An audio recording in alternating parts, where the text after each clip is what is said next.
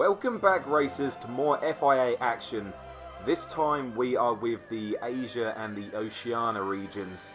Jev Jevington sitting at around 20k driver rating, and Jev Anime in the Citroen sitting at around 30k. So a slight difference in driver rating then. Will it affect the racing?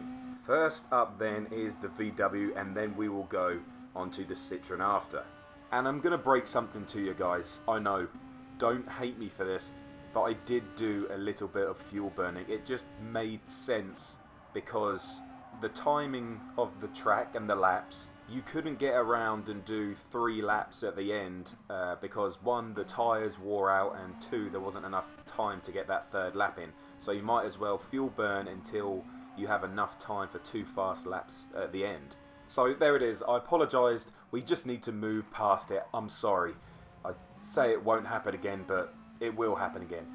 So I made the decision to try and catch up with the Jaguar in front. I was going to fuel burn until the end of this lap, but I thought, you know what, maybe we could get an extra 10th or 2 if we followed this guy down the straight. He makes a little bit of a mistake coming out of the final corner, and that really puts us in that slipstream coming onto the start-finish straight. And even though it's not the biggest margin in the world, I think we might have got maybe a 10th following him up the straight and onto the qualifying lap. So there it is. That was our starting strategy. We just needed to link up a good lap and try to put ourselves from this 2nd position higher up and into that 1st place.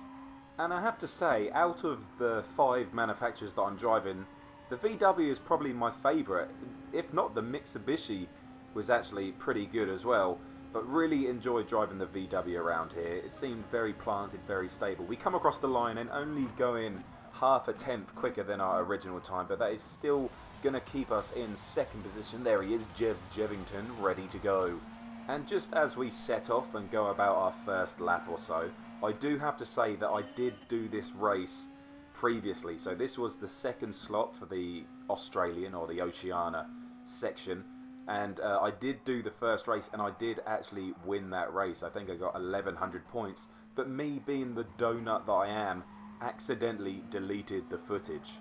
So I rallied myself together and I went for the content, and I did it again. So I did this race 6 times over the course of this round 2 period. And I loved each and every single race. I did not get bored at all. I think I did this race 9 times in the space of 24 hours. Loved it every single time. And I think it is down to the fact that we have to put in that little bit more effort for these longer races now. We have to plan a little bit more, we have to understand tyre strategies and fuel saving strategies. It's a lot better and a lot more fun and inclusive, I think. But anyway, let's get back to the race then. First couple of corners doing okay. The driver in front of us in the Toyota. Toyota obviously a very strong car, and he is faster than us. He put a faster time on the lap board in qualifying, so you know, he would be faster than us. We managed to stick with him until lap 4, where we do close the gap and start putting on some good pressure. That was one bit that was really interesting to me. It was interesting to try and balance lap times with fuel saving as well, which I've never really taken an interest in before. Into this corner, he's just going to dip a toe onto that grass, which is going to spin him around, and we are going to take that position, which means now we just got to get our head down, try and open up the gap between me and that Australian there. So skipping forward to lap 6, we're going to pit in. We have increased the gap to 6 seconds, doing enough to save fuel, so we didn't have to put any in for this 2nd stint. So onto the medium tyres again, and we go for another 7 laps.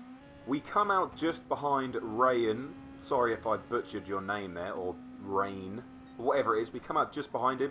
Doesn't take us long because he is on those worn tyres till we catch up and get right up his chuffer and start putting on that pressure again. Can we pressure him into a mistake once again?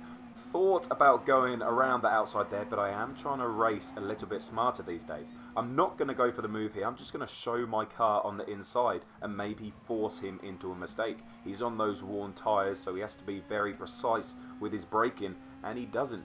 He maybe worries about me, seeing me on the inside, maybe in his rear view mirror, and we take the position. On lap 13 then, we jump into the pits and take our final pit stop.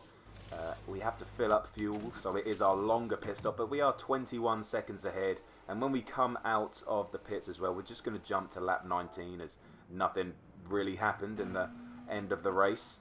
But that is going to be our first victory of the SS Global Challenge, even though it's in a lower lobby than maybe we should be in. But that is purely down to me not being able to grind driver rating to get these profiles up to where they should be. But that will happen over the time, over the weeks. But there is the saying, you can only beat who is put in front of you, and we've done that. We executed it pretty darn well. We nearly got under that 30-minute time mark as well, which is kind of my goal. I think I do it once over the 5 cars that I use. But there we go, a victory. We don't get to say that often, so I'm just going to enjoy it while I can, because when we get up into those higher lobbies, like with the McLaren in the video yesterday, it's going to be much harder to win races. Unfortunately for the first position in this race, the points were 300 less than the race that I won earlier on in the day and then deleted the footage, but that is going to put us into 5th position, and I believe in the Oceania region you have to finish 5th or above to get that SS, so we are on target with Volkswagen. The Citroen, on the other hand, might be a little bit more difficult to get. The top 2 in Asia, 2 Japanese drivers, they are very, very quick, and there are a couple of others who are fast as well. So it's going to be difficult to get that top 10 if it is a top 10 and not a top 5. Not only that, I find that this Group 3 Citroen is harder to drive than the Volkswagen YEETLE. It's got a massive, massive arse, as you can see this spaceship looking booty right in front of you, and it just loves to slide that booty all over the place, so very difficult to control. Not the easiest, it's not one of the hardest, but it is a challenge, and also the size of it is very challenging as well, because it is so long, it is so wide, that it does make overtaking cars and judging distances, especially in chase cam, more difficult than maybe in some of the other smaller cars. But some of the positives, it is very good on fuel, so you know, these longer races really suit the Citroen. As you see, we have caught up with the Nissan in front of us, so at first it was giving us that tow, but now it's kind of slowing us down. We're going to look up the insides as he nearly collects us, as he goes a bit wide and gets on the Astro and the turf out there. And that is the danger about following a car round on your qualifying lap. They can really help you, but they can also really hinder you. If you go back to the McLaren race yesterday, we were getting towed along by that Mercedes, and that really helped us get that better position.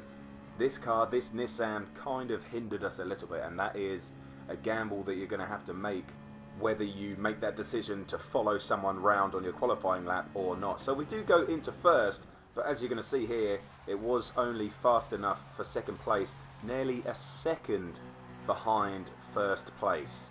And it's very similar to the Volkswagen race, as nothing really happened. I was just driving on my own for the whole race. I thought I was going to be able to catch the guy in first, but no, not at all. We're 20 seconds ahead of third place, so obviously we should be in a high lobby.